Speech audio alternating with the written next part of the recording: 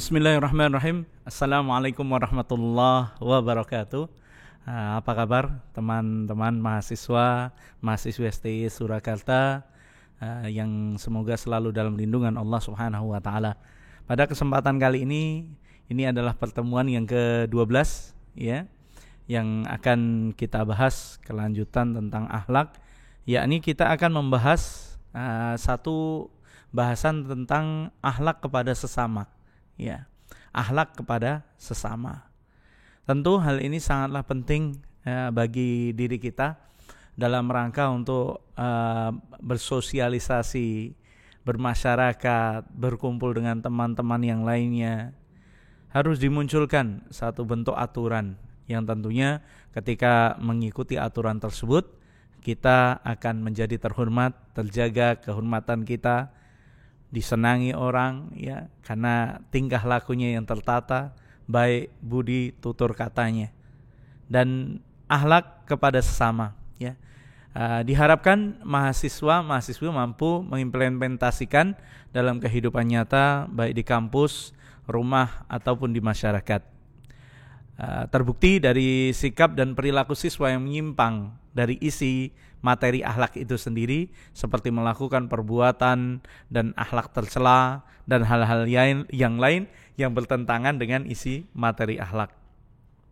Ini semua disebabkan karena kurangnya pendalaman dari isi materi itu sendiri, dan untuk itu perlu diupayakan agar lebih maksimal.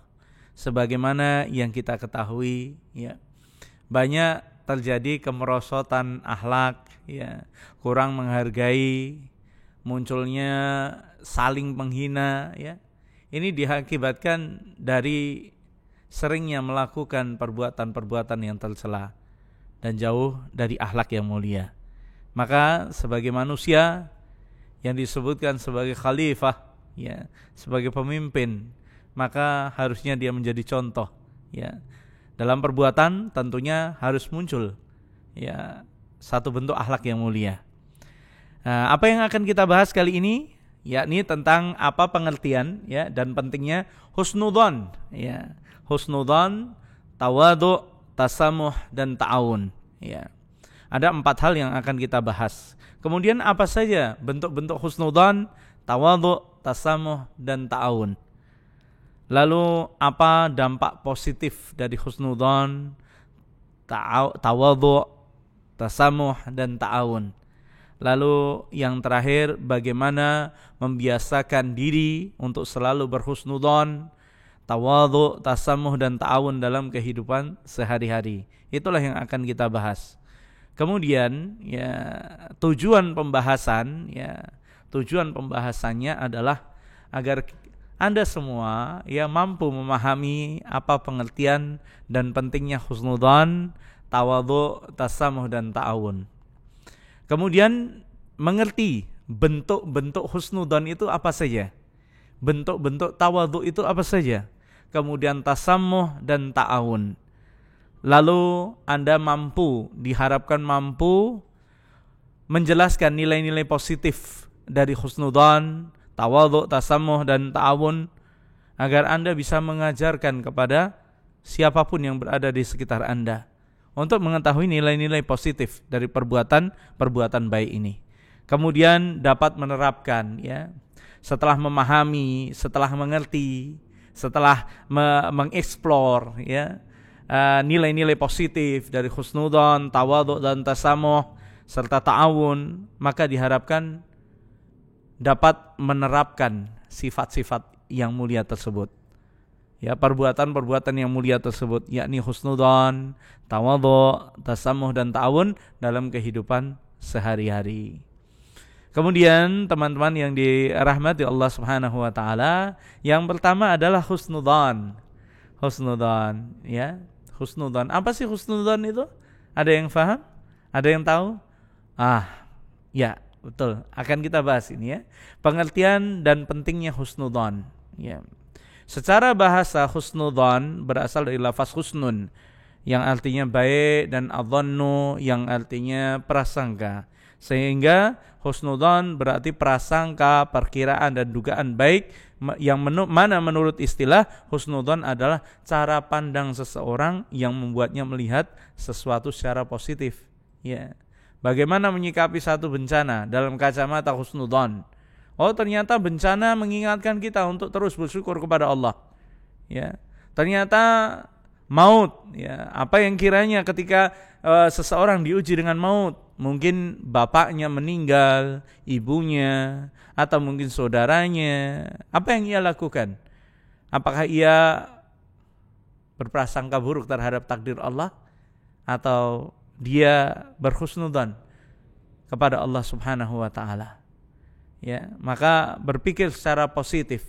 Apa yang menimpa seseorang, ya, apa yang menimpa pada diri seseorang, ia yakini bahwa itu adalah ujian dari Allah Subhanahu wa taala dan pasti ada hikmahnya. Kemudian seseorang yang memiliki sikap husnudzon memandang semua orang itu baik. Ya, tidak berprasangka buruk. Tidak berprasangka buruk.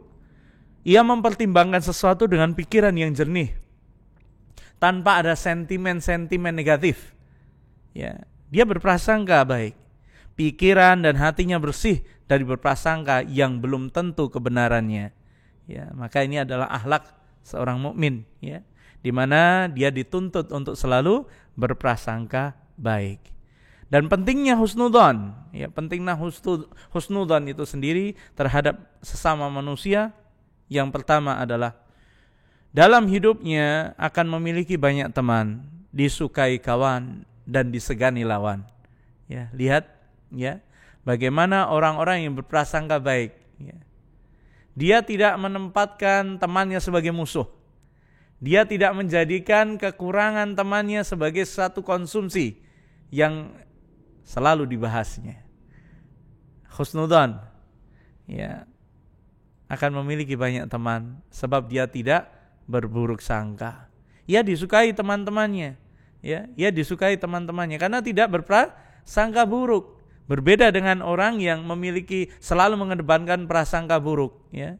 Selalu berprasangka yang ujung-ujungnya adalah dosa, ujung-ujungnya adalah ghibah, ujung-ujungnya adalah bergosip, ujung-ujungnya adalah membuka aib. Maka ketika seseorang, ya, menutup yang namanya pintu husnudzon, maka ia akan lebih dekat dengan keburukan. Ia akan dekat dengan membuka aib. Ia akan lebih dekat dengan menjelek-jelekan orang lain. Akhlak yang baik, ketika apa?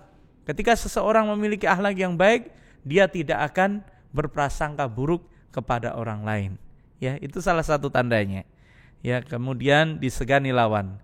Lalu adalah husnudzon, ya.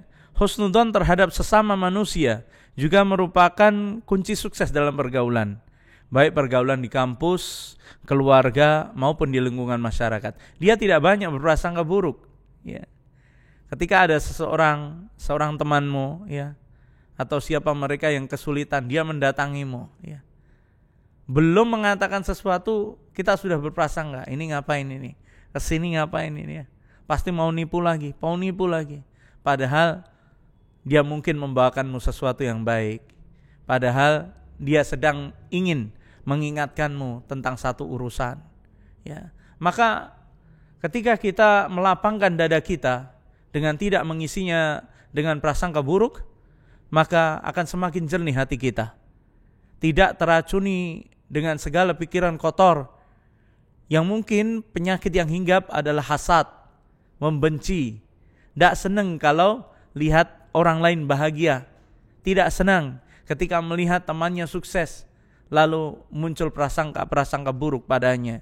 Jangan-jangan dia seperti ini, jangan-jangan dia seperti itu, padahal belum tentu kebenarannya.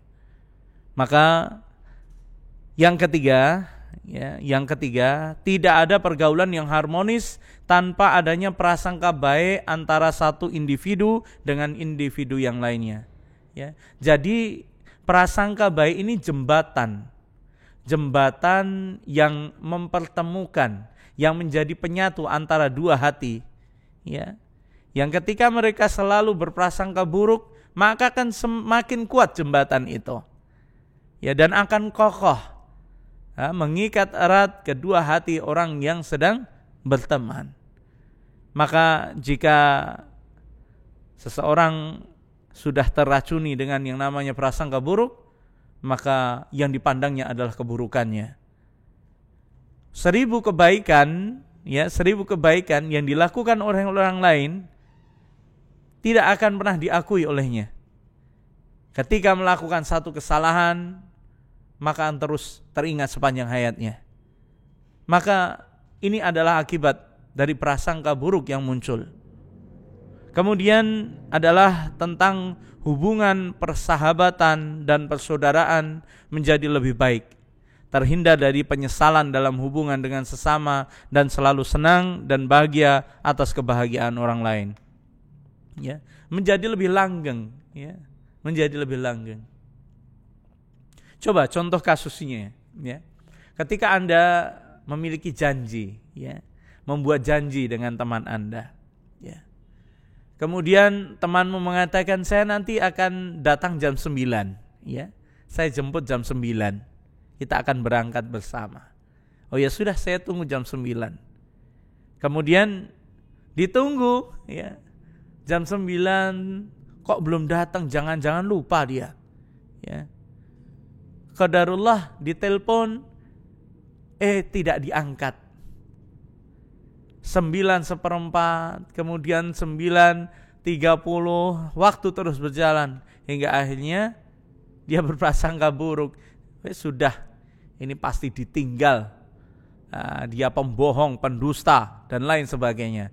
Padahal temanmu, ya, mungkin sedang baterainya habis, ya, ponselnya mati, atau mungkin kendaraannya macet, rusak, atau mungkin malah terjadi kecelakaan yang membuat dia tak sadarkan diri. Namun justru orang yang menunggu ini berprasangka buruk. Maka berhentilah meracuni diri Anda, merusak hati Anda dengan berprasangka buruk.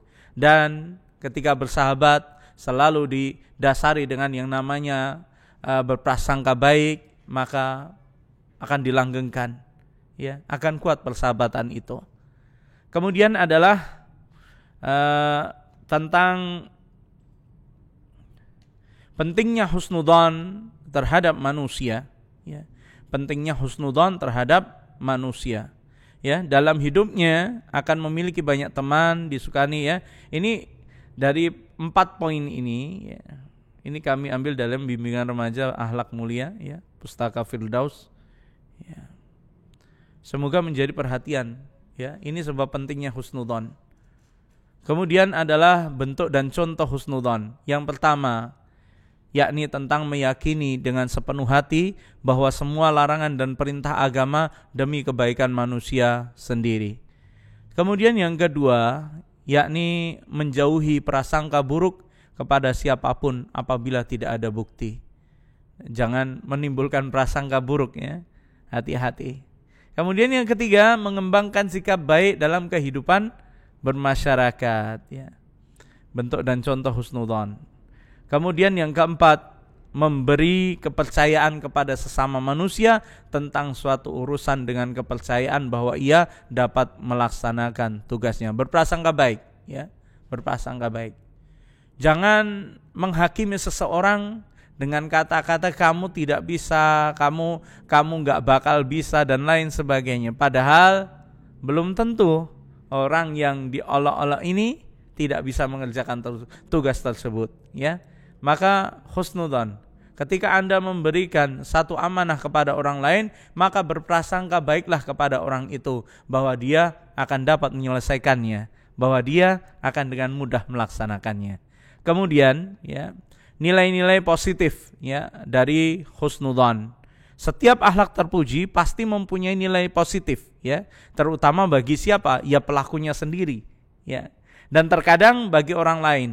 Sesuai firman Allah Subhanahu wa taala, in ahsantum li anfusikum, jika kamu berbuat baik berarti kamu berbuat baik untuk dirimu sendiri. Ingat, kebaikan yang kau lakukan akan kembali kepada dirimu, ya. Ketaatan yang kau munculkan akan kembali kepada dirimu pahalanya. Maka jangan berhenti berbuat baik dan teruslah berprasangka yang baik. Kemudian nilai-nilai positif dari husnudzon yang pertama, semakin dekat hubungan batin antara pelaku dan pihak lain yang diduga berbuat kebaikan. Akan semakin erat hubungan persahabatan mereka. Akan semakin erat jalinan pertemanan mereka, akan semakin kuat jalinan pekerjaan mereka, hubungan dagang dan lain sebagainya. Kemudian yang kedua, memperoleh kepercayaan dari orang-orang yang menduga dirinya telah berbuat baik. Trust, dalam kondisi apapun, ketika seseorang mendapatkan kepercayaan, diakui dia adalah orang yang amanah, maka ini satu nilai positif, nilai positif. Maka kejarlah ini, kejarlah ini. Kemudian yang ketiga, memperkuat hubungan persaudaraan, seperti itu, memperkuat hubungan persaudaraan. Oleh karena itu, berprasangka baiklah, husnudzon kepada siapapun, dalam keadaan apapun, agar hati kita ini selalu jernih dan pikiran ini jauh dari segala dugaan, syak wasangka yang kotor dan buruk adanya. Mungkin ini yang dapat kami jelaskan pada pertemuan kali ini. Silakan untuk berkomentar di Google Classroom dan kita berdiskusi tentang isi materi ini, dan semoga bermanfaat. Wassalamualaikum warahmatullahi wabarakatuh.